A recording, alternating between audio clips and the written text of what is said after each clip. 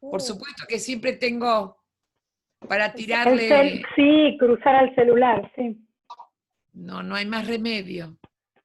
Sí, no, pero uno se pone muy nervioso porque hay cosas que no puedes manejar a pesar de que querés tener todo bajo control y bueno, Yo no me pongo en... Mira, ya he hecho cualquier cosa, hacer una sala de Zoom desde el celular. O sea, como no había caso, entonces yo lo hacía con vos, suponete, por WhatsApp Sí. y vos lo ponías en él. Ya hemos hecho cualquier Sí, cosa. sí, es verdad. A ver, Fernanda, hola, che, qué linda puerta que tenés atrás tuyo. María Gloria, lindo el mueble. Bueno, le voy chusmeando, déjame sí, hablar. Cuando estoy en un congreso no le veo más que la cara. Ahora por lo menos, hola Ángeles. Carla está muerta de frío. Te dije. Ahí Natalia está con el nene, mira, con el nene AUPA, que también está por reflexionar sobre educación. Y bueno, ¿qué le vamos a hacer? Mira, yo me acuerdo que, además de que todos mis hijos y nietos sirvieron de ratas de laboratorio, cuando tuve a la última de mis hijos, era directora. Entonces yo viajaba 1 hora y media con el bebé en él encima y después, porque les di teta a todos, entonces cuando le tocaba el horario de teta había un cartel en la puerta que la dirección que decía directora dando teta. Elegantísimo quedaba. No me creen, te juro, he tomado exámenes en la facultad, viste, con un pañuelo arriba del bebé. Sí. Entonces, por supuesto que me vio el rector y casi me rajan. Entonces yo le dije, o una de dos, o tomo o no tomo. Así que, ¿qué vamos a hacerle? Ahí estamos resolviendo. Combinarla. Bien. Estamos resolviendo algunos temitas técnicos, de algunas participantes que estamos dando algunas ideas para que puedan participar. Ya estamos acostumbrados a que eso puede suceder, así que directamente lo vamos encontrando. A ver, ¿de dónde son? De Tandil. Anden chusmeando, eso sí lo veo. Póngame solamente de dónde son, de paso, mientras que esperamos. Dale, mientras nosotros chusmeamos. Azul presente. Ahí está entrando Marilena a ver con otro. Avellaneda, acá en la esquina. Zárate. La Plata. Vicente López. Bien, ¿no hay nadie de Núñez, de la cancha River, del Monumental, del Grandioso? Yo. Ah, bueno, gracias. ¿Qué? ¿En serio? Sí. Mira qué bien. Bueno, yo estoy acá nomás en Libertador y Quesada, así que cualquier cosa venía a tomar un café. Totalmente, Ruth, en cualquier momento. Fui un poco más lejos. Entre Ríos, San Andrés de Giles. Ay, entró Ecuador, Rocotín, está ahí mi amiga desde Ecuador. ¿Tu amiga de Ecuador? Debe estar con un poco más de calor que nosotros, seguro. Sí, y estamos esperando a Perú también, que tengo 2 colegas que no las veo aún. Bueno, Caballito, Hurlingham. Qué lindo, eso tiene de bueno la virtualidad, que la verdad es que rompe la frontera, ¿viste? Marce Morales. De un profesorado. Sí, es nuestra ex inspectora. Ah, y Esther Hetzel es de Chaco, de Resistencia. Muñiz. Coronel Suárez. Hola, mi amor. Que está ahí con Natalia. Hola. Hola. Ya somos 45. Digo, me parece que si quieren podemos ir empezando, que estamos casi todos. Yo me mantengo atenta. Dale. Bueno, Ruth, ¿estás lista? Sí, mi amor. ¿Largo? ¿O queréis hablar vos, decir quiénes sos? Sí, ya las chicas me conocen, algunas participantes ya nos van conociendo. El Nido es un espacio para pensar las infancias, para pensar la educación juntas. Queremos generar este espacio de debate, de reflexión, y bueno, vamos a ir acercando distintas propuestas y distintas voces. Y la verdad que agradecemos muchísimo la participación de todas. Y Ruth no necesita presentación porque con solo decir, viene Ruth, ya sabemos de qué va a hablar y quién va a hablar. Así que Ruth, tenés la palabra. Yo lo único que les puedo decir es esto, el que quiera preguntarme quién soy o qué hago, viste, me pregunta, yo siempre digo, nunca he logrado que alguien me pregunte algo que yo no me atreva a responder. Digo, por lo menos es así. Bueno, lo que quedamos de acuerdo con Miri es muteamos todos los micrófonos. Yo ahora pongo en Power que preparé para poder ir con ustedes, que después les va a llegar. Yo se lo mando, me olvidé de mandártelo, Miri. Enseguida No, después me lo mandás, sí, después te lo mandamos a las chicas. ¿Te lo mandé? No, después me lo mandás. Ah, se los mando y ustedes tengan en claro lo siguiente. No es una conferencia, lo armé, pero puedo interrumpir, quedamos con Miri, que ella me interrumpe cuando ella quiere. Lo que les pido es que todo lo que se les cruce por la cabeza, comentarios, preguntas, se lo chatean a Miri, que yo no lo veo, y ella me interrumpe. ¿Les parece bien? ¿Está? Perfecto. Bien. O sea, eso es lo que... A ver, vamos a ver, espérate un momentito. Mira qué bien, muy bien, Laura. Estuviste sensacional. Ahora espérate que yo logre encontrar donde tengo mi... ¿Ustedes me avisan si se ve Sí, o no se se ve. ve? Sí. Todavía ni siquiera lo empecé. No, pero ya se ve el power, hay que poner la... Bueno, la cuestión es la siguiente, entonces yo empiezo. Yo cuando empiezo, ustedes ven todo el power. Lo que les quiero decir es que no necesitan tomar nota porque vuelvo a repetirles, se los mando. O sea, la idea es que uno pueda relajarse, tomar un café, tomar mate y disfrutar. Sí. Yo estuve pensando una serie de cosas que me llevaron a la reflexión sobre algunos puntos y algunos temas. Y acá es donde yo siempre planteo, antes que nada, un par de cosas. Una, no les traigo ninguna verdad, primero porque no creo en la existencia de verdades. Creo en la existencia de posturas, de ideas, de opiniones. En segundo lugar, yo creo que en esta situación, al igual que en toda la vida, hay distintos roles que uno puede ocupar y que lo interesante de nuestra sociedad es que los roles son complementarios entre sí. Ustedes están en este momento, como quien dice, en el campo de batalla concreto, todos los días, a todas horas, como uno dice, 24/7/30 más o menos. Y yo no estoy en este momento así como ustedes en el campo, pero sentí que un poco el rol que yo podía cumplir era no tanto ni nada decirles lo que tienen que hacer, porque como no conozco situaciones particulares, pero a partir de todo el intercambio es ir reflexionando sobre todo lo que me iban contando y todo lo que yo veía que va pasando. Entonces, la primera pregunta o la primera cosa que ustedes podrían decir es, ¿por qué hablo de la habitualidad a la excepcionalidad? ¿Por qué estos dos términos? La razón por la cual he tomado estos dos términos es porque siempre mantuve y sostuve que las palabras no transmiten significados, las palabras provocan significados.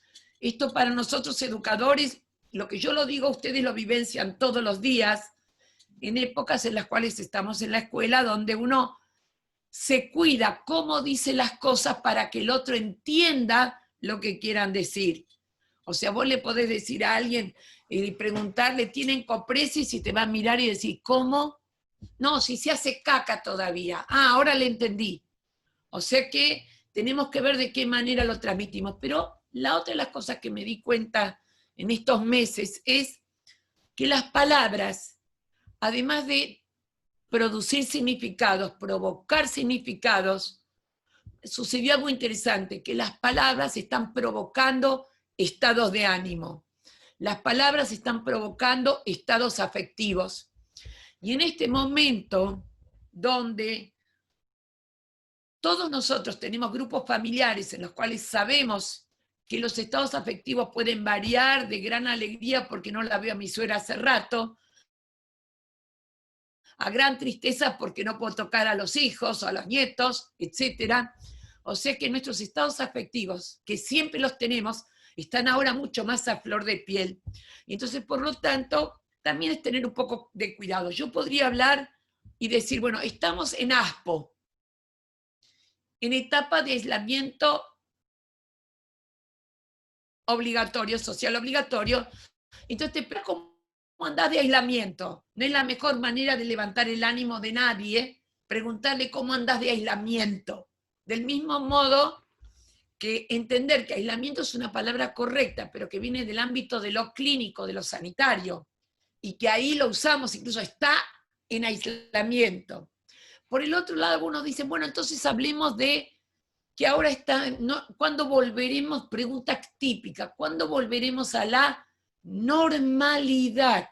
Lo cual me llevó a pensar dos cosas. Primero, si la pregunta es ¿cuándo volveremos a la normalidad? Quiere decir que ahora somos todos anormales.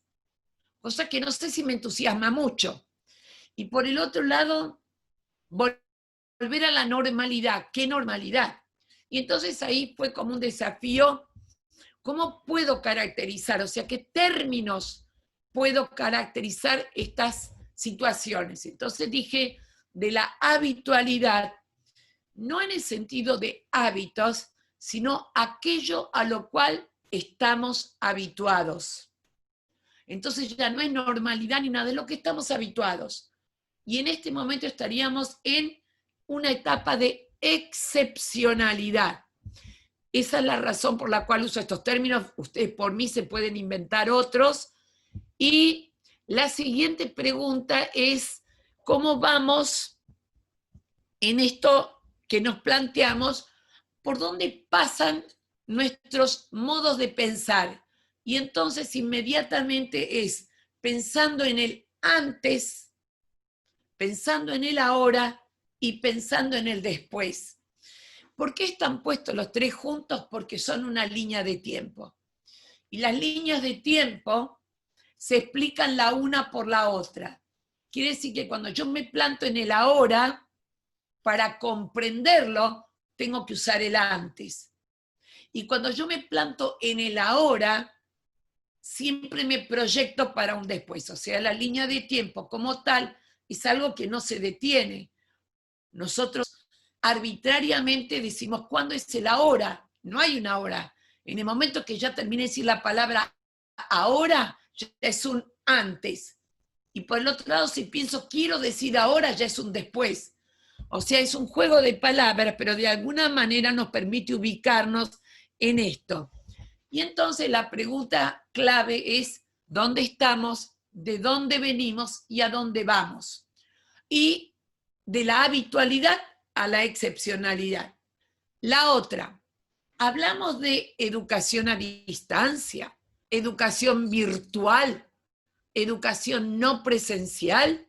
Primero, lo de educación a distancia es una idea relativa, porque cuando yo miro la casa de ustedes, estoy a menos distancia que lo habitual, porque distancia es un término relativo que a veces no se mide en kilómetros ni en metros.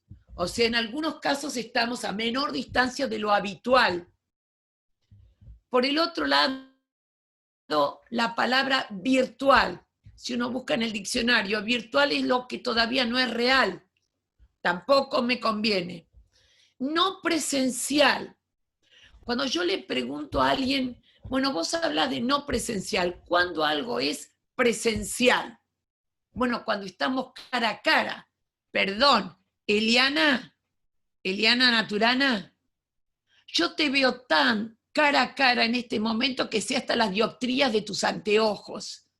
O sea que hasta el cara a cara, estamos cara a cara, lo que no estamos es en un mismo espacio y en un mismo tiempo.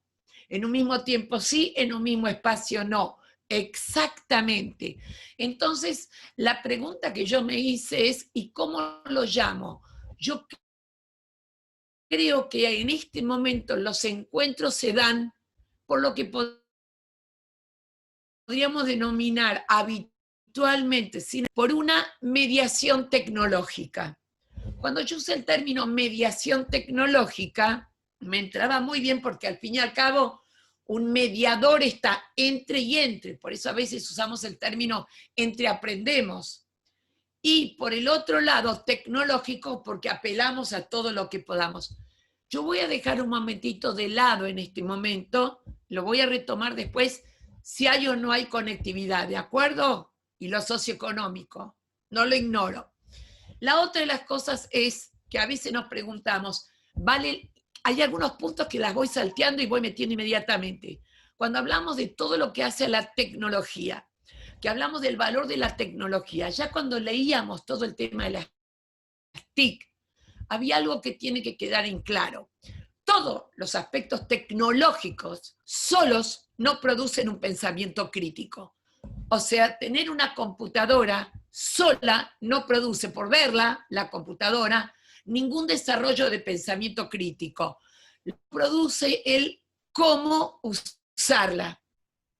Por eso no es cuestión de quién tiene el mejor celular o la mejor computadora o la mejor notebook, sino el modo como ella es usada y cómo el usarla es el que ayuda a construir el pensamiento crítico. Por el otro lado, en los primeros días me pasó muy a menudo que uno invitaba a un conversatorio, pero como Google no le gusta la palabra conversatorio, entonces inmediatamente era una invitación a un conservatorio. Pero primero me causó gracia porque todo el conservatorio me llevaba la música, por ejemplo, pero después me quedé pensando y dije, no tiremos nada a la basura, porque conservatorio también me lleva a una duda y a una pregunta existencial que hoy tenemos, ¿qué conservar, qué dejar, qué agregar? O sea que es conversatorio, pero también puede ser un conservatorio. Y entonces, la pregunta primera es, ¿y dónde está la escuela? Así, a lo bruto. Hay preguntas que fueron al inicio y otras que siguen estando. Respuestas o pensamientos. La escuela es la escuela y la casa es la casa. Estas son cosas que ya fuimos aprendiendo. Los docentes no están en la escuela. Los docentes hacemos escuela. En el primer momento de esta etapa de excepcionalidad, lo que uno hacía era trasladar indiscriminadamente las actividades escolares a la pantalla, el dar clase, el dar tarea, etcétera, así como estaba. O sea, hasta la planificación de la primera semana la trasladamos.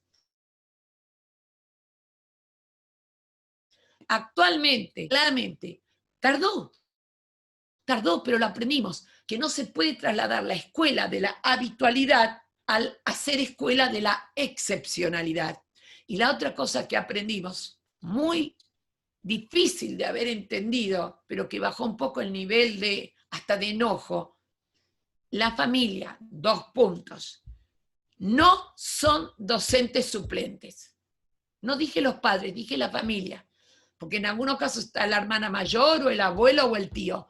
No son docentes suplentes, son equipo, o sea, conformamos un equipo, pero esencialmente y de base son familia, y como tal los tratamos. Y de ahí tenemos que seguir viendo dónde estamos. Pero, ¿qué mantenemos en esta relación o diferencia entre estar en la escuela y hacer escuela? Lo que mantenemos son los sentidos y significados, que los teníamos en la escuela y que los seguimos manteniendo en esto que llamamos hacer escuela. Primero, un compromiso con las finalidades educativas. Perdón, no con los medios, con las finalidades. O sea, vamos a hablar de metas, objetivos, prioridades, etc. Eso no cambia. La otra de las cosas que es muy interesante, todos sabemos que la educación implica un servicio público. Trabajemos en gestión estatal o privada. Es un servicio público. Pero tiene 2 palabras que son para el público y con el público. ¿Por qué las usamos? Para el público, porque es para todo el público, que trata de ser en cuanto a oportunidades, brindar igualdad de oportunidades. Y con el público, porque trabajamos en lo posible con lo participativo y no con lo impuesto. Yo sé que esto parecen palabras, pero fíjense ustedes cómo esto, que no es nuevo, uno lo viene diciendo hace mucho, ahora se hace más visible. Ahora nos damos mucho más cuenta de eso. Y estas son las cosas que fueron cambiando en nuestra comprensión de los sentidos y significados. Porque, como dice un colega, Torrego, la meta de la mejora, cualquiera que ella sea en educación, y pensando que en una de esas, muchas de las cosas que aprendimos a hacer ahora y a entender, podamos luego rever cuando volvamos a la habitualidad, siempre va a ser un proceso de mejora. No necesariamente innovación, no necesariamente de reforma, mejora. Y la mejora, la meta no es otra cosa que la formación de ciudadanos críticos y que a su vez sean transformadores.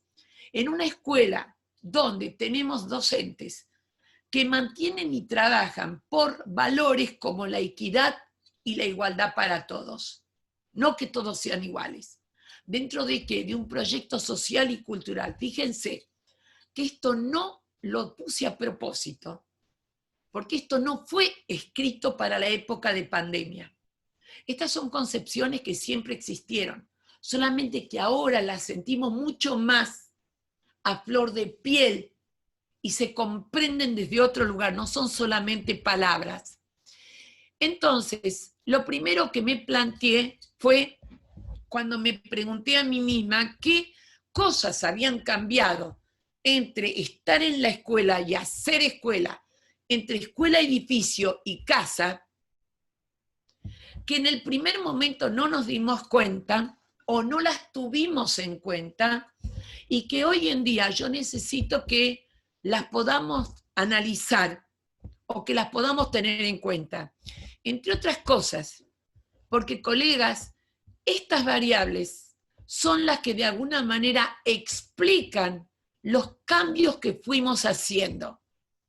Insisto, en el primer momento no las tuvimos en cuenta. Cuando las empezamos a tener en cuenta, dieron lugar a entender por qué había cosas que no las íbamos a hacer igual, por estas variables. ¿Cuáles son estas variables? Me interrumpen cuando quieren, ¿eh? Hay variables, primero voy a hablar de las contextuales y después de las didácticas. Las variables contextuales que dan cuenta de esta diferencia. Uno, sujeto de la educación versus sujeto en y con familia. Enseguida las aclaro. Dos, sujetos de la situación educativa entre lo público y lo privado.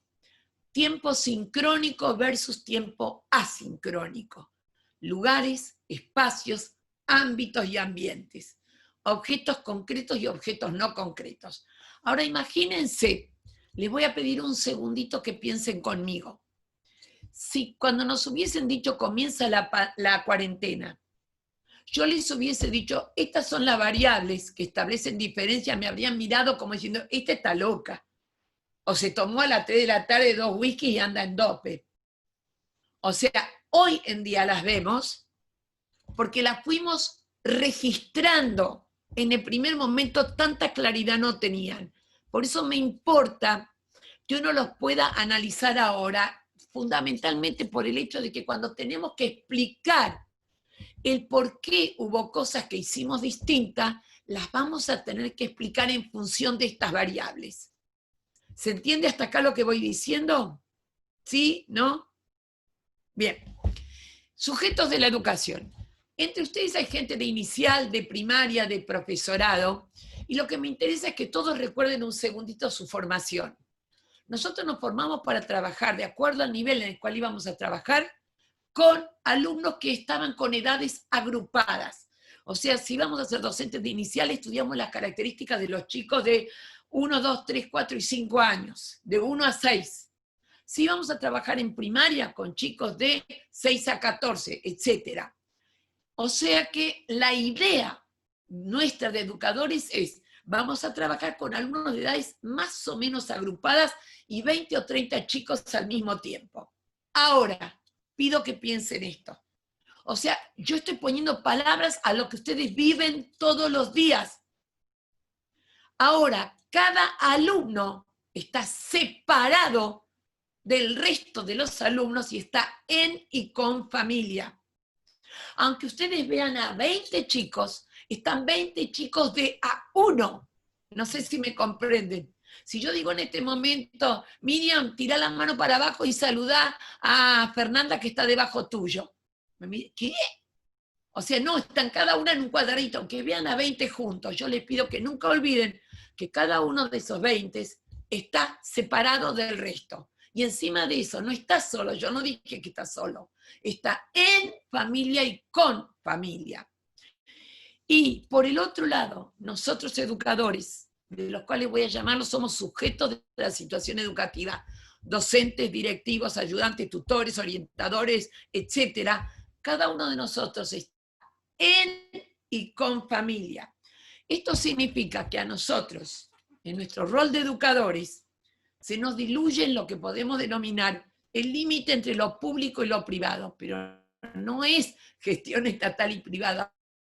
Lo público es cuando nosotros vamos a trabajar a la escuela, estamos en el ámbito de lo profesional, de lo público. La familia habitualmente no se nos mete entre medio. Y cuando estamos con la familia habitualmente. Entonces, en ese momento no se nos mete en nuestro laburo, o no debería. En este momento, hay algunos que me están escuchando con el bebé a UPA, o sea, que hay como una especie de, hay algunos que están grabando en este momento porque tienen que preparar alguna otra cosa.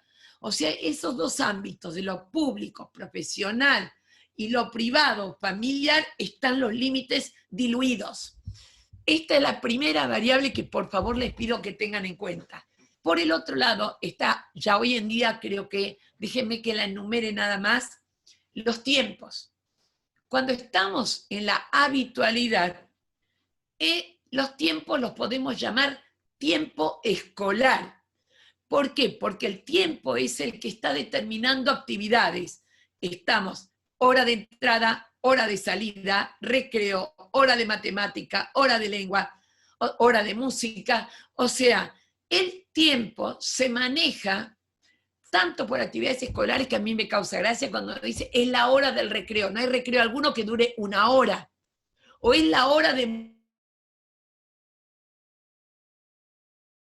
música, o es las horas que duran 10 minutos. O sea, lo que quiero decirles es, en la escuela, los tiempos, y acá viene, si yo tengo a todos mis alumnos para hacer una actividad, los tengo en ese mismo tiempo. Y los directivos pueden decir, los docentes están en ese tiempo. El docente que a las 10 de la mañana, para dar su clase de música, no está, es o porque pidió licencia o porque se rajó. A ver si me comprenden.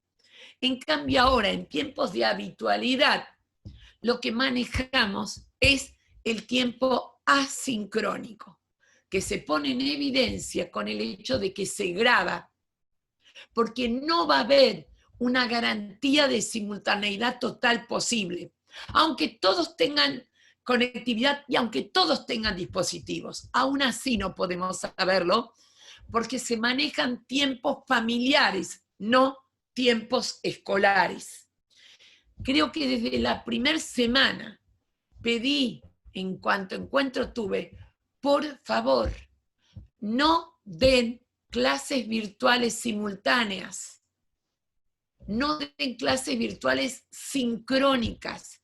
En la primera semana ya lo dije, grábenlas por favor, porque ustedes no pueden saber, no es el tiempo escolar, es el tiempo familiar. ¿Está? Estos son cosas que cuando después ustedes en algún momento hagan el relato o el registro de todo lo sucedido, esta es una variable que explica la diferencia. Una de las variables, por eso la llamo contextuales. La otra de las variables contextuales es la que podríamos llamar lugares, espacios, ambientes, ámbitos, como quieran llamarle. Cuando estamos en la escuela, los lugares son ambientados escolarmente. Esto significa que los espacios se dan en función de la actividad escolar. Tenemos salones, tenemos la dirección, tenemos salón de música, tenemos patio, o sí o no, no importa. Pero se definen por la actividad. O sea, los espacios son espacios escolares. La casa, sus espacios no son escuela, Pero la casa no es un no lugar, es un lugar. Es un lugar en el cual suceden cosas. Y la casa tiene espacios que son compartidos y muy a menudo competidos. Enseguida voy a aclarar esto de competidos. Y cuando hablamos de objetos, yo hablo de objetos concretos y objetos no concretos, de las variables que intervienen. Y dentro de los objetos concretos, donde más se nota esta diferencia, es los dispositivos. Sea computadora, notebook, tablet, celular, los dispositivos, que ya no es solamente si se tienen o no se tienen, si hubo conectar igualdad o no hubo. No hay casa alguna que tenga 4 o 5 personas, que tenga cada uno su computadora, su celular, su tablet, etcétera, etcétera. O sea que ya no es solamente una cuestión de que se tienen o no se tienen, sino aun cuando se tienen, se pueden o no compartir. Estos objetos concretos, los dispositivos, en la escuela no representan una variable tan fuerte y tan divisoria, no marcan tanto la diferencia. O sea, en la escuela, si no tenés la pantalla, te la vas a arreglar con un franelógrafo o algo, etcétera, o te vas a enojar con alguien, pero no es mismo. Los son suficientes.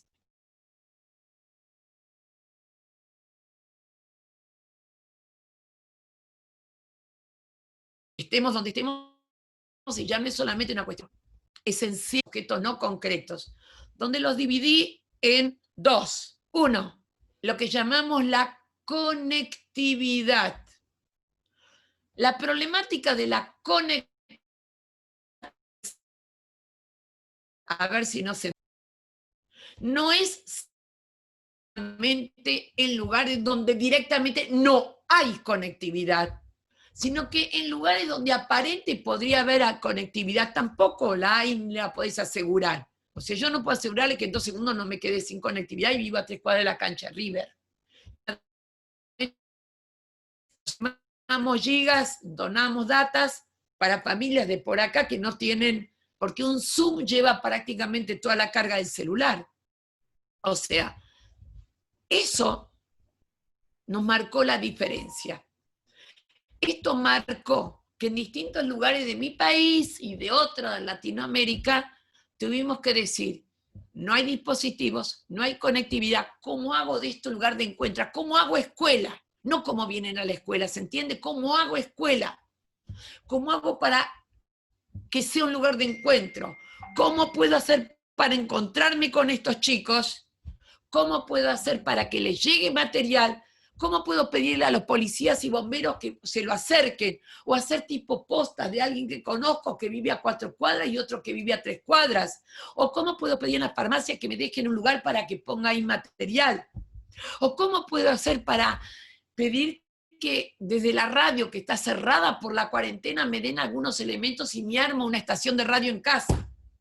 No sé si me entienden, o sea, que estoy directamente metiendo todo lo socioeconómico acá adentro de todas partes.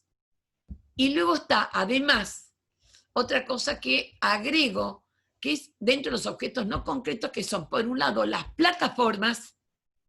O sea, hoy en día uno dice, hacemos un Zoom y todo el mundo te entiende, hasta un bebé más o menos. Pero yo me acuerdo que hace apenas un par de años, 4 o 5 años, que yo daba, cuando voy a un congreso o algo, el que preguntaba, decía, el educador hoy en día tiene que tener dominio de nuevas tecnologías. Entonces, para demostrarle, porque todo el mundo, especialmente los que tienen 50 años menos que yo, me decían, nuevas tecnologías, por supuesto, nosotros. Entonces yo les preguntaba de puro prepo, de reventada que soy, bueno, dígame qué es un Zoom. La respuesta siempre era la misma, salón de usos múltiples. En este momento decimos Zoom, decimos Meet, Jitsi, Instagram, ¿viste? Nos sale por cualquier cosa y no lo hacemos por Twitter porque no nos interesa a algunos, etcétera, etcétera. O sea, primero tuvimos que aprender qué pasa con las plataformas. Y encima de eso, yo puedo usar estos elementos, por ejemplo, escuchen los términos, tiene que mutear los micrófonos. Nadie me mira con cara rara porque saben de qué hablo. Además, si el Zoom termina, ya saben que ustedes salen y entran porque el ID sigue siendo el mismo. Entonces, parece que estuviésemos hablando de estoy haciendo panqueques. O sea, ya quedó tan incorporado todo el tema de cómo se manejan las plataformas, pero agreguemos a ello los programas que uno no conoce. ¿Cómo hago para transformar un IPU en PDF que se pueda leer? ¿Cómo hago para armar algo para la fiesta de San Martín que sea videada y además tenga música y que tenga movimientos? Y además de eso, ¿cómo hago para hacer un avatar que los chicos reconozcan? O sea que no fue solamente la conectividad, no fue solo la plataforma, sino que además nos convertimos en consumidores de nuevos programas que además nos intercambiamos entre todos. Y esto es algo que si ustedes vuelven a leer todos los cuadernillos de las TIC que nos estudiamos y que nos tragamos, no estaba en ninguno. ¿Está claro? Y encima de eso, para mí, la próxima etapa sería que aprendan a programar. O sea, no solamente ver qué programa hay, sino cómo invento un programa. No me miren con esa cara. Cuando yo estaba como docente, nosotros le enseñábamos a los chicos a programar. Y alguna que sea un poco mayorcita, alguno, podrá saber que existía en un momento dado lo que llamaba la tortuga, que era el logo. Yo aviso que le enseñábamos a chicos de 4 y 5 años a programar. O sea que para mí, después de todo esto, saben usar plataformas, saben usar programas. La próxima sería aprender a hacer los programas que nos sirvan. ¿Está claro? O sea, no ser solamente usuarios, sino productores. Miren cuántas cosas que tenemos para hacer. La otra de las cosas es, por favor, y acá viene la unión de todos los demás. ¿Por qué estas variables contextuales son tan importantes? Porque esencialmente lo primero que hay que entender es una frase estúpida. La casa es la casa. La vida en la casa muy a menudo se transforma en una agenda desorganizada. Desorganizar quiere decir que no, ¿cómo explicar? Imagínense a ustedes armando un cronograma, ¿viste? En el cual digan, yo tengo Zoom a tal hora, vos tenés a tal hora, yo tengo la compu a tal hora, vos a tal hora, etcétera, etcétera. La familia es desorganizada, está claro, solamente hay que ser alemana como yo, donde en mi casa de toda la vida se almorzaba a las 12:30 y que llegaba una menos 20 ya no tenía comida. Por eso por alemanes cuadrados. Pero si no, y esta desorganización y la intervención de todas las variables hace que estoy segura que si los miro en este momento, hay preguntas donde es, ahora estoy yo acá, ¿me oíste? No, salí, acá no. Y además la computadora me toca a mí. No me importa si tenés Zoom, la tengo yo y por buen rato, ¿está claro? O sea que hay unos cuantos que tienen que ver que a quien le toca la computadora, el celular, son objetos que no se comparten si no se compiten. Los tiempos no se comparten si no se compiten. Se comparten de alguna manera, pero se empieza a organizar. Esto de agenda, que se organiza en agenda, a mí me interesa dejarlo en claro porque todos tuvieron que hacerlo. Hasta ahora la única organización era a qué hora sale cada uno de casa. Traten de pensar, sale de casa. Ahora están en casa. Por lo tanto, cómo se organiza esa agenda en el grupo familiar es muy importante. La otra de las... Además me encanta porque nos hemos pasado la vida, especialmente los que trabajan con chicos chiquitos, renegando y diciéndolo, les quema el cerebro a los chicos tanta pantalla. Y ahora decimos, señora, ¿por qué no le da al nene un rato la pantalla? O sea que parecería que antes le quemaba el cerebro, ahora ya no tanto. Habrá que rever todo eso. Y vamos hasta acá, Miri, ¿bien? Sí, vamos para Ruth, justo una intervención de Marcela Morales, que dice que sobre todo, quienes estamos en nivel inicial, los niños tienen que esperar que la familia les brinde ese tiempo, porque si tenemos chicos más autónomos respecto de adolescentes o chicos que tienen otros manejos, pero bueno, en este caso es el niño o la niña que espera que la familia pueda realmente brindarles la atención y acompañarlos. Yo te voy a decir una cosa, primero y fundamental que este tema de la organización o de la agenda desorganizada, que pasa a ser organizada, aunque te parezca mentira, aunque les parezca mentira, cuando nosotros empezamos a mirar los objetivos, las metas, las expectativas de logro, capacidades o lo que quieran, uno es el desarrollo de la autonomía, la capacidad para tomar decisiones, y la posibilidad de formar hábitos y de organizarse. Yo siempre insisto que use a todos mis hijos y ahora a todos mis nietos como objetos de laboratorio. ¿Está claro? Entonces la otra vez nos vivíamos constantemente, etcétera, por Skype, por FaceTime, por lo que sea, y entonces observo que en la casa de uno de mis hijos, donde son 6, tenían un papel en la heladera, un papel cuadriculado, en cuadro de doble entrada con cruces marcadas, y digo, ¿qué es eso? Entonces me explica. Son 6, aunque hay 2 baños, hay un solo calefón, por lo tanto todo el mundo no se puede bañar al mismo tiempo, porque no hay agua caliente para todos al mismo tiempo. Entonces acordaron entre todos, son 4 hijos, que como están en etapa de excepcionalidad y como no salían, entonces por lo tanto pueden ducharse cada 2 días. Pero en el cuadro de doble entrada figura quién se duchó, a qué hora y qué día.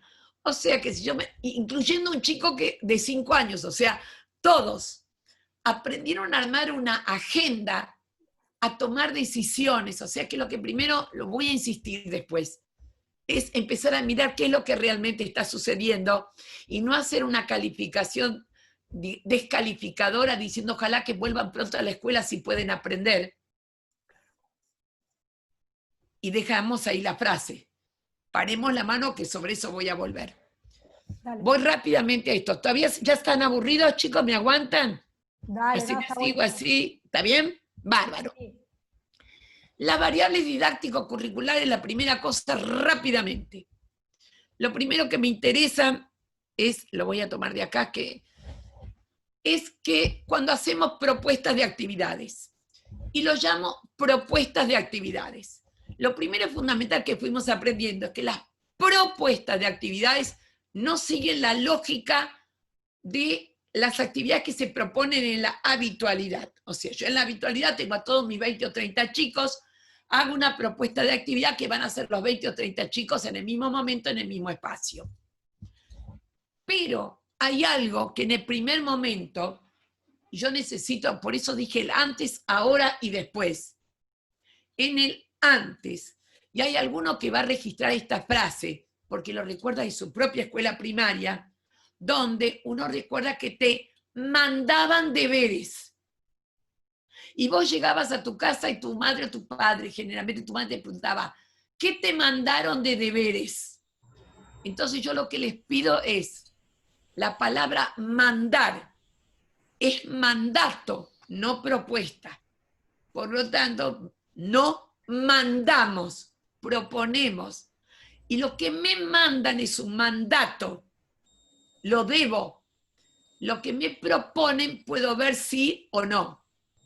Y la otra, deberes. Deberes apunta a lo que debo y que no toma en consideración ni lo que puedo o lo que quiero.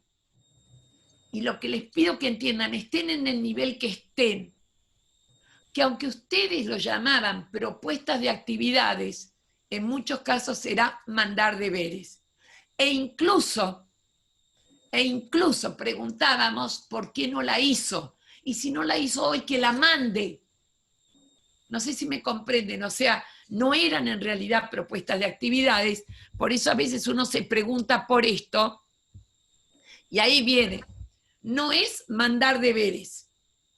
No, y tomando lo que dice Paulo Freire, muy importante, más que prácticas, lo que nos importa es que lo que hay son vivencias y experiencias. A Paulo Freire no siempre lo hemos tomado en cuenta en la escuela porque él de alguna manera se refería más que nada a la educación popular, donde el valor de la vivencia y experiencia es terriblemente potente. Nosotros seguimos con la idea de que lo que hacen son actividades en la escuela que les sirvan después para sus vivencias y experiencias. ¿Está claro?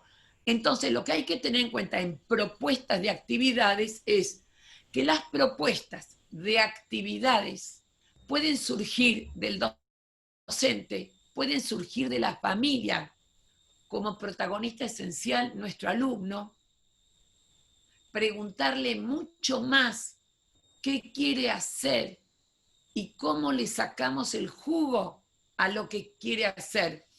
A ver, vos sabés que se me cruzó por la cabeza en este momento, bueno, otro viejazo, si ustedes me permiten. Miri, ¿te acordás de Pipo Pescador? Sí, sí, me encanta, sí. Bueno, yo te miro a vos, ¿viste? Pero el resto, Pipo Pescador, una vez decía que cuando estaba en la casa de la abuela, que vivía en el campo, no me acuerdo en qué lugar de la provincia de Buenos Aires, no recuerdo en dónde, no tengo nada que hacer. Y entonces la abuela le contestaba, entonces quédate sin hacer nada. O sea, nada es una nada relativa, no hay un nada, porque el que no hace nada, a veces es el mejor lugar donde aparecen las ocurrencias, donde hay vivencias, donde hay sueños, donde hay imaginación y donde hay creatividad. Entonces, lo que quiero decir es que hay veces en las cuales preguntar al grupo familiar o preguntar a los chicos puede producir un involucramiento de toda la familia en esa propuesta. Insisto en esto, porque ya no estoy solamente contando lo que pasó hasta ahora, sino que les voy a ser muy honesta. Pienso en nuestra segunda mitad del año. Entonces, en esta segunda mitad del año, podemos reflexionar sobre todo lo que pasó en la primera mitad, sin pensar así fechas de vuelta a la escuela ni nada por el estilo, porque seguimos haciendo escuela. Y hay un montón de cosas que están asentadas y que se pueden recuperar. O sea, ¿cómo explicarles? Uno de mis nietos le mandaron a que haga el dibujo de la familia. Ese nieto mío que va a cumplir 3 años, habló muy tarde, muy tarde. Está empezando de a poco a organizar bien el pensamiento para decir palabras, pero además de eso, cuando le mandaron como actividad, le mandaron que haga el dibujo de la familia. ¿Qué iba a dibujar la familia? ¿Qué hizo? ¿Cuál fue su primer dibujo de etapa simbólica? O sea, reconocible por todos, un robot. Hace 3 meses que está dibujando robots. ¿Está claro? Robot triste, robot durmiendo, robot comiendo, con todo, con robots. Entonces me decía mi hijo y mi nuera hija que no hacía esa actividad. Y le digo, no, pará. Y acá es lo que quiero compartir y lo voy a seguir compartiendo. Las actividades tienen una finalidad. Cuando en el grupo familiar no entienden la finalidad, se quedan atadas a la actividad. La actividad es un medio, no un fin. Cuando le decimos que dibuje la familia, no es porque queremos saber si tiene madre o padre, sino que lo que queremos ver cómo anda de función simbólica. O sea, cuando le expliqué eso, le dije a mi hija, le digo, escúchame, mandale a la maestra el dibujo que hizo el robot porque está perfecto, el objetivo es el mismo, es que pueda representar algo que tiene en su cabeza o que vivencia por medio del dibujo de la palabra, o sea, simbolizar.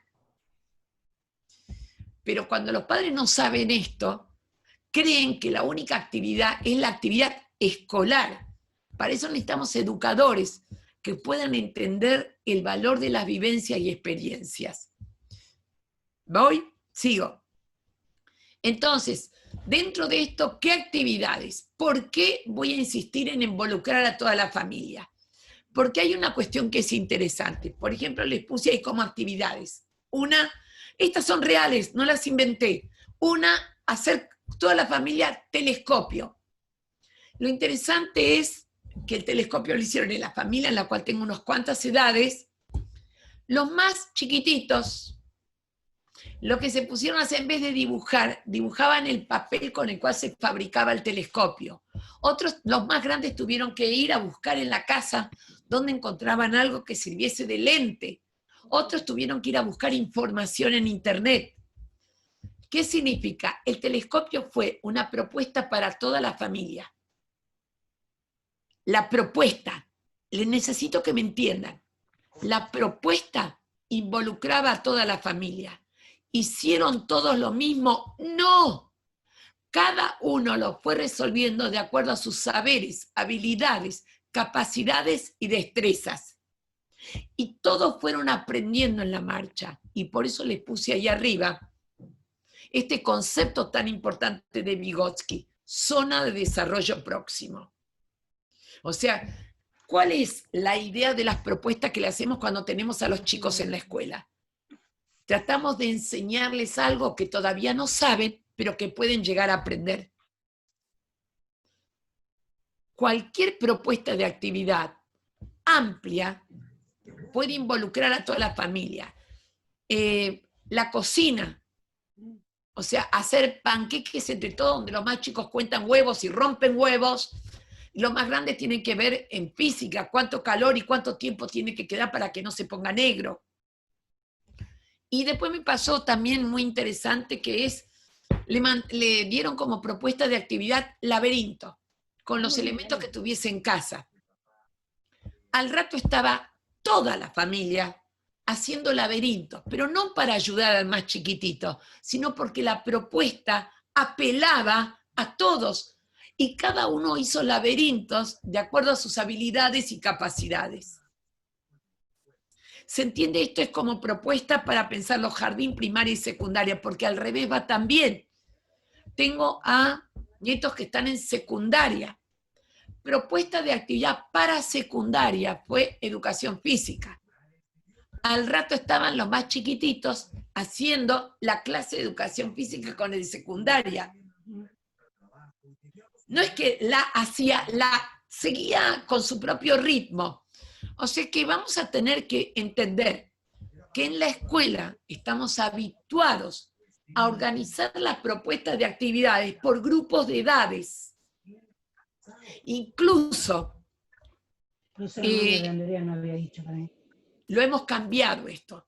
Nosotros lo hemos cambiado hace muchísimo tiempo cuando hemos trabajado por talleres. Hoy en día cuando se habla del tema de los ambientes lúdicos, etcétera, etcétera, estamos trabajando con la idea de que una misma propuesta puede ser resuelta por chicos de distintas edades. Por favor, quien tenga cerca a docentes de escuelas rurales que trabajan con plurigrado, unigrado o multigrado, lo interesante que es que hacen una propuesta y la van resolviendo de acuerdo a sus habilidades y posibilidades.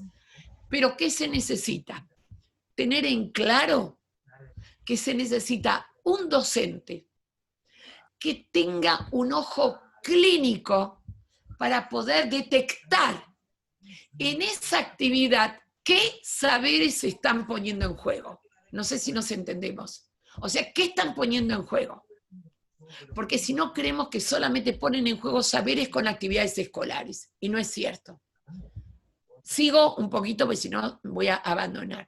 La otra de las cosas que alguien me pregunta siempre, bueno, ¿y qué hago con el contenido? Lo mando la miércoles. Primero Ruth, un segundito. Me parece que hay alguien que está con el micrófono abierto porque se escucha cierta interferencia, estamos poniendo en el chat. A ver si que todos chequeen, por favor, que tengan muteados los micrófonos.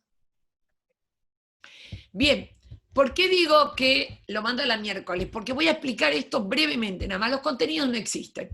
Lo que existen son los saberes que obtenemos de áreas disciplinares, que obtenemos de distintos lugares. ¿Qué son saberes? Son conceptos, ideas, procedimientos, actitudes. Todo eso son los saberes que vamos adquiriendo o construyendo o desarrollando. Los hemos denominado contenidos porque son aquellos de los cuales la escuela se hace responsable, al ser la escuela una institución, la única institución creada para garantizar el derecho a la educación de los chicos. Los chicos pueden aprender en un montón de lugares, pero la única que fue creada para garantizar el derecho a la educación en la escuela. Por eso, los contenidos que se deciden son aquellos que de alguna manera se corresponden con la idea de garantizar ese derecho a la educación. Por lo tanto, en distintas épocas puede haber distintos contenidos que se priorizaron por sobre otros de acuerdo a la idea de sociedad y la idea de ciudadano que se tuviese. Pero de ahí, o sea, ¿estoy dándole a los chicos una organización curricular? No. ¿Por qué? Porque la lógica curricular escolar, la lógica es Se aprenden contenidos en la escuela para después poder conocer y actuar en la realidad extraescolar. Ahora están en la realidad extraescolar y están utilizando saberes y están adquiriendo saberes y están desarrollando saberes. ¿Siguen la lógica curricular? No, me importa mucho para nada. Cuando vuelvan, trataremos de organizar todas esas experiencias y vivencias de tal manera que hayan abordado los saberes, hayan abordado los contenidos. Pero el que no di tal contenido no significa que no hayan aprendido. ¿Se entiende hasta acá? Enseguida voy a cambiar la definición de aprendizaje. Y acá les pido que presten atención. Porque acá meto a docentes, a alumnos y educadores. Todos tenemos una definición de aprendizaje en la cabeza. La que la tenemos en la cabeza es que es la más natural para nosotros porque trabajamos en escuelas, somos educadores. Entonces, la definición que tenemos internalizada es que se aprende cuando se adquieren saberes que hasta ahora no se tenían. O sea, aprender se aprende a dividir porque hasta ahora no sabía dividir. Aprendo a dividir. Lo que nos empezamos a dar cuenta es que estoy definiendo ahí muy bien lo que se llaman aprendizajes escolares. Cuando en la escuela decimos que alguien aprendió algo, es porque adquirió o construyó o desarrolló un saber que hasta ahora no poseía. Perfecto, perfecto. No hay ninguna duda y no se cuestiona. Pero ahora les voy a agregar 3 características más del aprendizaje. ¿Y por qué me importa? Porque esto permite detectar en esos benditos informes de avance que hay que hacer en jardín, primaria o secundaria, que chicos aprendieron, aunque no pasaron del no saber dividir al saber dividir. Pero para eso tengo que ampliar mi idea de lo que se llama aprender. Y entonces, una de ellas es, cuando utilizo saberes que ya he adquirido en otras situaciones y me doy cuenta. O sea, jardín, primaria y secundaria, un chico que te dice, me di cuenta que eso que había aprendido para sumar en la escuela me sirve para hacer panqueques. Eso se llama aprendizaje. ¿Es un saber nuevo al estilo de la idea de escolar? No. Pero didácticamente se llama transferencia de los aprendizajes. Entonces, cuando un chico tenga la edad que tenga, te dice, me di cuenta de que eso que aprendí me sirve para tal cosa, eso es un aprendizaje. Y eso cuando hacen la evaluación lo pueden poner. Se dio cuenta, aprendió. ¿Se entiende lo que quiero decir hasta acá? Tercer característica, muy importante. No siempre los chicos, pero acá incluyo también que nosotros aprendemos.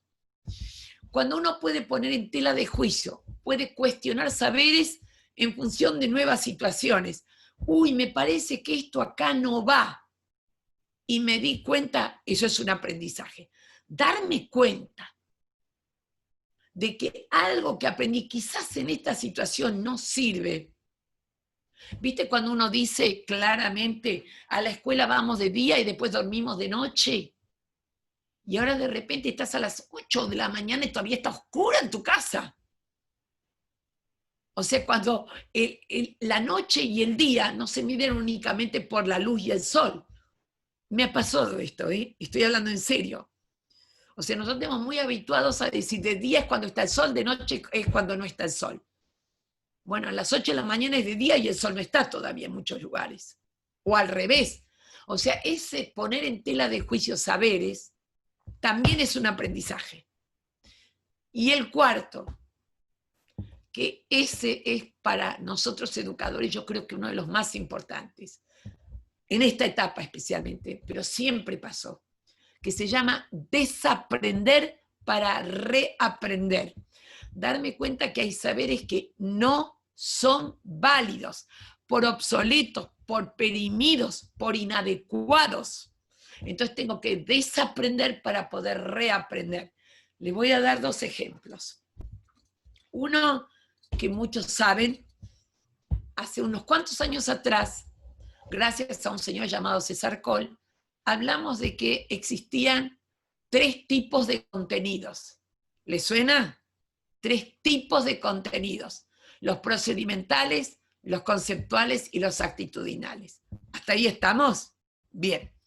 Nos formamos con eso a lo loco, hasta tal punto que yo tenía en la universidad alumnos que decían, claro, tenemos objetivos procedimentales. No, no, no, corazón, no. Tuvimos que desaprender y decir, no existen 3 tipos de contenidos. Existen 3 dimensiones de los contenidos.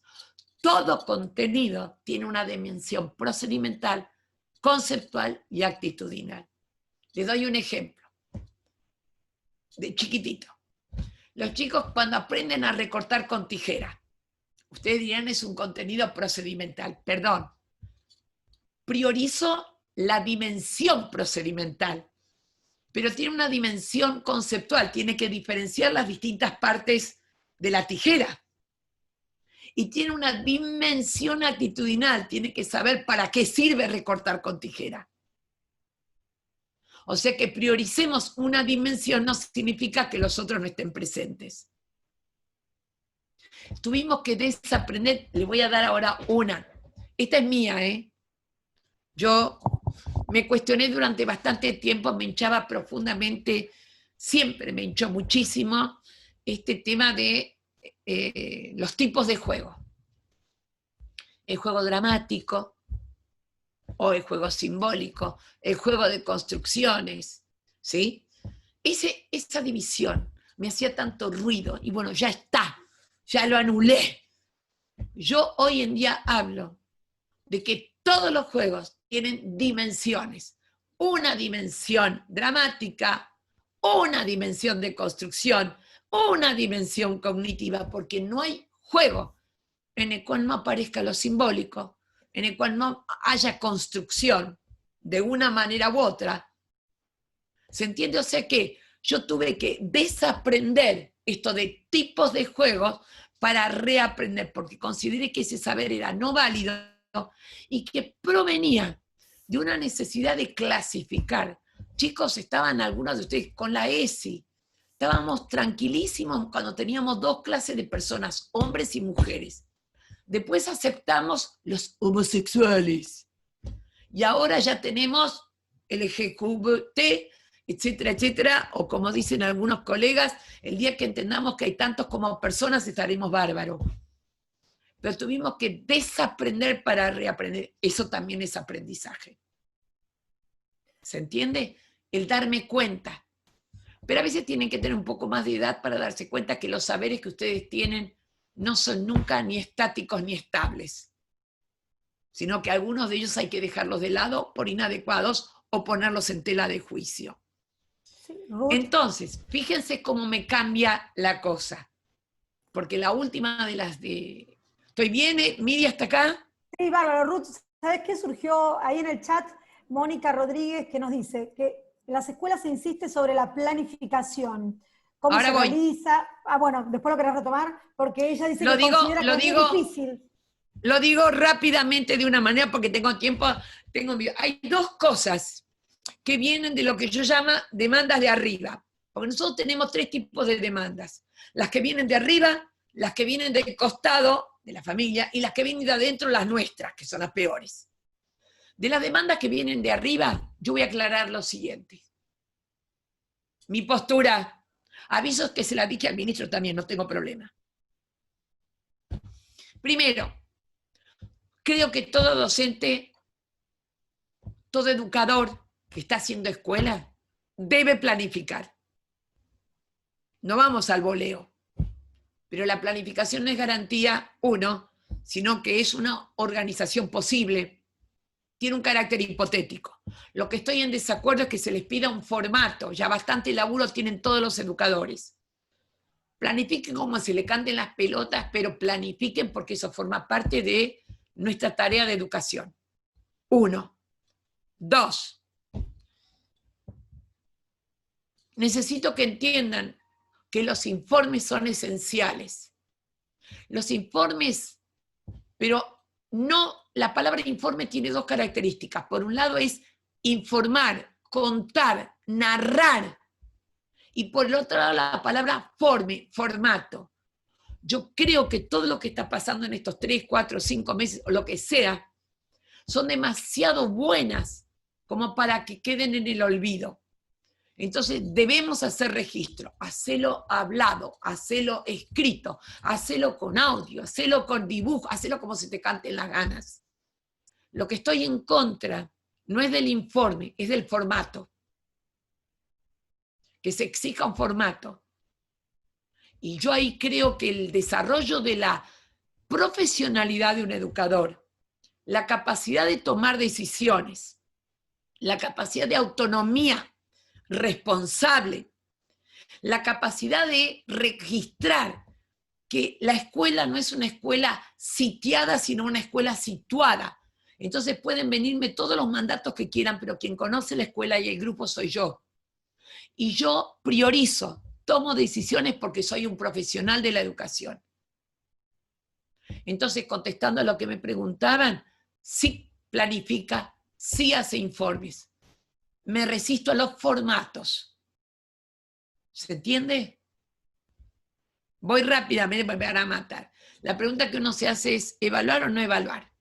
Acá otra vez, como con la definición de aprendizaje, tengo que dejar en claro que la representación que todos tenemos de evaluación es una evaluación donde se evalúa para saber si el alumno sabe lo que tiene que saber, o se evalúa para saber qué sabe el alumno. Y se nos cayó por la borda casi lo más importante. La evaluación tiene que servirle al alumno para que se dé cuenta que está aprendiendo. Y esto es tan difícil de entender a veces que yo necesito recordarles a ustedes que si alguna vez en la secundaria se sacaron un 7, nunca fueron a preguntarle al profesor por qué te puso un 7. No por perfección, pero si me puso un 7, hay algo que no estoy sabiendo hacer. Si es habitual, digamos, o no registro la consigna, o no entiendo, o no sé organizar mi pensamiento. O sea, si la evaluación no me sirve a mí para seguir aprendiendo, se me cayó por la borda. O sea, por un lado está bien porque el docente tiene que saber si como está enseñando está bien o no. Pero lo más importante, más en este momento siempre, pero ahora más que nunca, es que le tiene que servir a tu alumno para que se dé cuenta que está aprendiendo. Y si dice, me equivoqué, oíme, ¿quién se dio cuenta que te equivocaste? No, me lo dijo mi papá, pero cuando te lo dijo tu papá, ¿vos te diste cuenta? Sí, bárbaro. Quiere decir que estás aprendiendo. No sé si me entienden, o sea, ¿vieron cuando don Piaget hablaba de la equilibración mayorante? Yo siempre me reía porque para mí la equilibración mayorante es que hay una cosa menos que me jode en este mundo. O sea, cuando un chico dice, me di cuenta, hay una cosa más que registró, que se dio cuenta, que aprendió, y eso vale la pena evaluar. Me di cuenta que no puedo agarrar 12 huevos en una sola mano. ¡Bárbaro! O sea, lo que quiero decir es, si no está aprendiendo ese contenido escolar, no significa que no esté aprendiendo. Entonces, cuando hablamos de evaluación, miren ustedes que uno de los componentes más importantes siempre, pero hoy más que nunca, es lo que llamamos la devolución, el feedback, la retroalimentación. Es valorar que ese chico está aprendiendo, con lo cual estimulo que te pueda contar todo, porque vos le vas a devolver. ¿Y cómo te diste cuenta? ¿Y cómo hiciste? ¿Y qué otra cosa podrías hacer? O si no, ¿y si yo lo hubiese hecho de tal manera, vos estarías de acuerdo conmigo? O sea, generar esto de, siempre hemos hablado, porque lo estudiamos en el profesorado, de los errores también se aprende. Ruth, pero ¿te para puedo que decir de algo? los errores se aprende. Laura.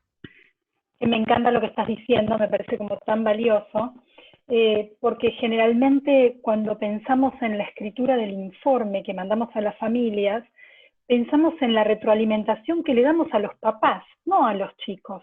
Es el papá el que lee en qué cuestiones está en proceso, qué otras actividades, digamos, hemos implementado algunas estrategias, pero esto al niño no se lo decimos. Entonces, qué ¿Querés que valioso te es lo diga que... más? ¿Querés que te diga más?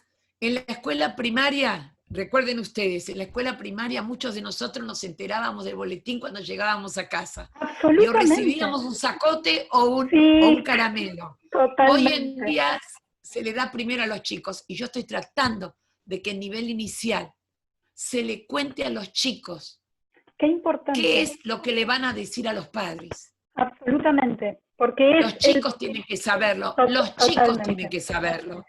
Hay, Sí, hay, creo que Miri algo comentó contigo de algo que escribió Daniel Brailovsky respecto del tema de los informes que nosotros solemos mandar a las casas. Está dando vueltas por internet, se los sugiero, digo, no me acuerdo si fue un tweet o qué, si no se los comparto por mail porque lo tengo, la verdad que esa es una segunda vuelta que tenemos que darle al tema de la evaluación. Seguí, pero me encantó lo que ¿sabés dijiste. cuántos años que estamos juntos, Daniel y yo, en un montón Sí, de lo cosas? sé, Por por eso algo lo les hice traigo. los... Sí, Sí, por sí, eso lo traigo, totalmente. porque sé que Totalmente. me encantó. Bien, la cuestión es esta. Cuestioné las actividades, cuestioné los contenidos, cuestioné la evaluación. De las columnas de la planificación, la única que hoy en día necesitaríamos volver a leerla y no solamente llenar una planificación, es lo que llamamos objetivos, metas, propósitos, competencias, capacidades, expectativas de logro, llámenla como quieran, de acuerdo a la región en la cual vivan. ¿Por qué? Porque yo puedo dejar de lado contenidos, dejar de lado actividades, dejar de lado criterios evaluativos. Lo que no puedo es no seguir pensando el para qué y el por qué. ¿Por qué? Porque refieren al tipo de persona que queremos contribuir a formar. Y a eso no renuncio, esté o no esté en la escuela. Y una vez que yo tengo claro qué voy a priorizar en esta etapa de excepcionalidad para ayudar a conformar a ese individuo, contribuir a formarlo, entonces si me planteo inicial, primaria, secundaria, superior, me da lo mismo, ¿eh? No hago diferencia. Cuanto más claro tengo eso, porque priorizo, entiéndanme bien, no puedo desarrollar todos los objetivos al mismo tiempo. Los que son directivos saben que en un proyecto institucional no se trabaja con todo al mismo tiempo, se prioriza, siempre hemos priorizado.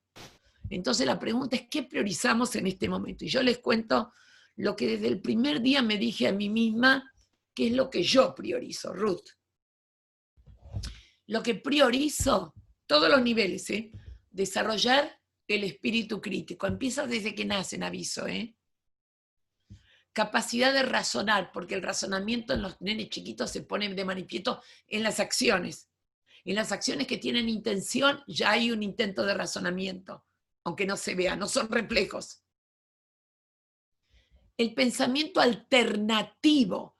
Fíjense qué grandilocuente la frase que digo, pensamiento alternativo. Eso se pone en juego hasta en jardín, cuando le das a elegir a un chico. ¿Querés esto o esto? O con esto, ¿qué otra cosa podrías hacer? Actividades típicas de jardín que ustedes recuerdan todos, que era buscarle otro final a un cuento. ¿Creen que eso no es pensamiento alternativo? Pero por supuesto, y a veces tenés un grupo en el cual encuentran 20 finales distintos. Eso no es ayudar al pensamiento divergente, al debate, a la discusión, a todo lo que tiene que ver con el desarrollo de un espíritu crítico. Ahora, ¿cuáles son las características esenciales? Cuando hablamos de motivación, de incentivación, etc. Los dos ingredientes esenciales son la curiosidad y el desafío. Cuando algo despierta mi curiosidad, no hay nadie que me pare. Cuando algo me provoca, no hay nadie que me pare. O sea, ¿por qué hago las dos cosas? Curiosidad es hacerse preguntas que tengan que ver más con el cómo y el para qué y el por qué que con el qué. Venimos de una escuela en la cual tenés que saber en qué fecha nació, qué hizo o no sé cuánto. La pregunta, ¿qué sabemos de San Martín ahora que se nos viene San Martín? En general, lo que sabemos de San Martín son los qué. ¿Qué? ¿Qué? ¿En qué fecha nació? Si nació en Yapeyú o no nació en Yapeyú, etcétera, etcétera. ¿Qué? Ahora la pregunta es, ¿por qué? ¿Por qué tenía problemas con Bolívar? ¿Qué sé yo por qué? Pero que tenían quilombo, tenían quilombo.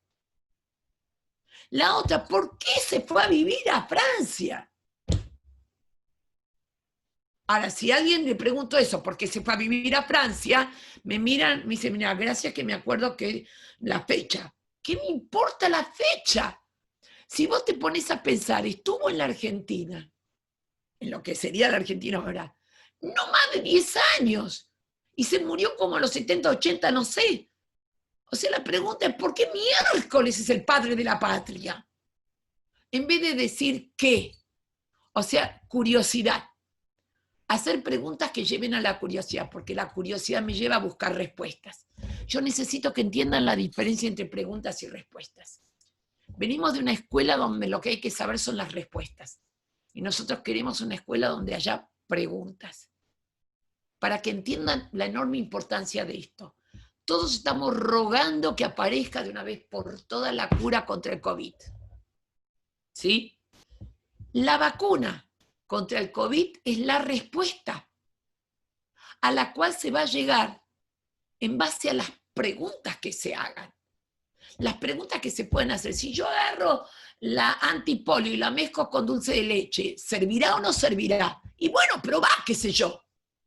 Están buscando el plasma ahora en vacas, en lo que sea, ¿viste? Hay de sobra igual. Pero a lo que me quiero referir es el pensamiento. ¿Por qué insisto en esto? Eso es pensamiento científico. Hacerse preguntas sobre el cómo qué, el cómo.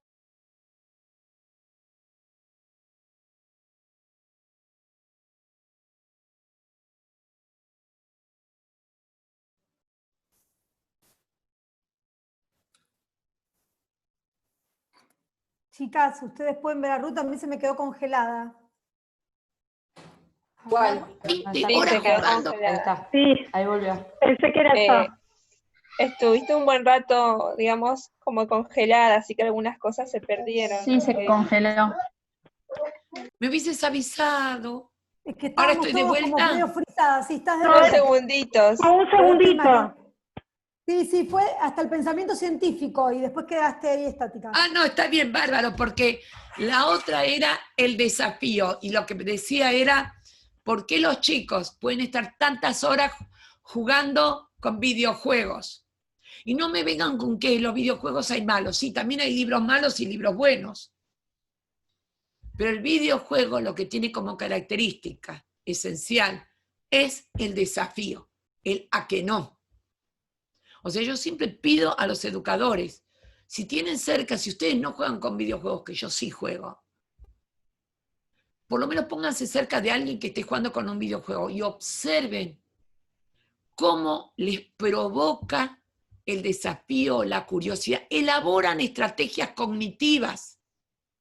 Entiéndanme bien, porque para poder ganar no es azar, hay que elaborar estrategias. No hay un dado. Hay que pensar, y si lo hago de esta manera o de la otra.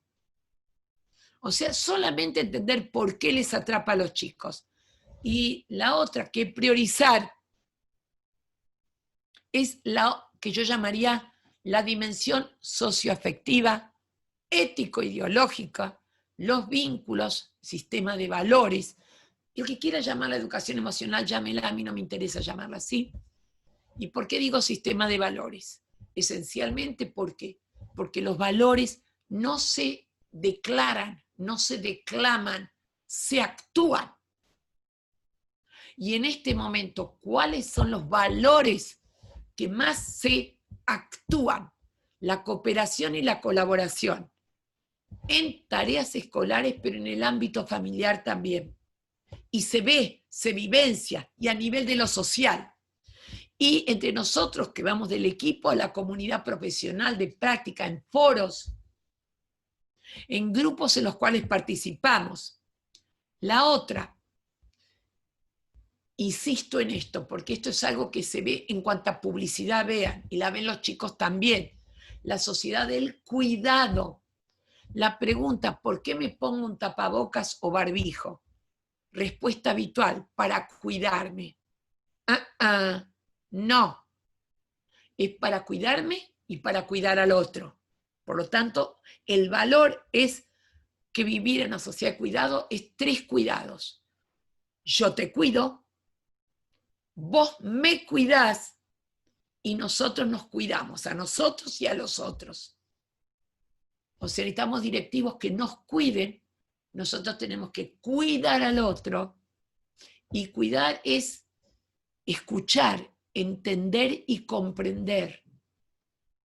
Todo esto, la dimensión cognitiva y la dimensión socioafectiva, confluyen en lo que hoy en día llamamos, y siempre fue esencial, construcción de la ciudadanía. La pertenencia, la defensa de nuestros derechos. ¿Está claro? Y la defensa de nuestros derechos, y la sentimos a flor de piel todos. Entonces, eso es lo que priorizamos rápidamente, porque así les dejo tiempo para que me pregunten. Las últimas de las cosas que quería dejar en claro, que es, y seguimos aprendiendo.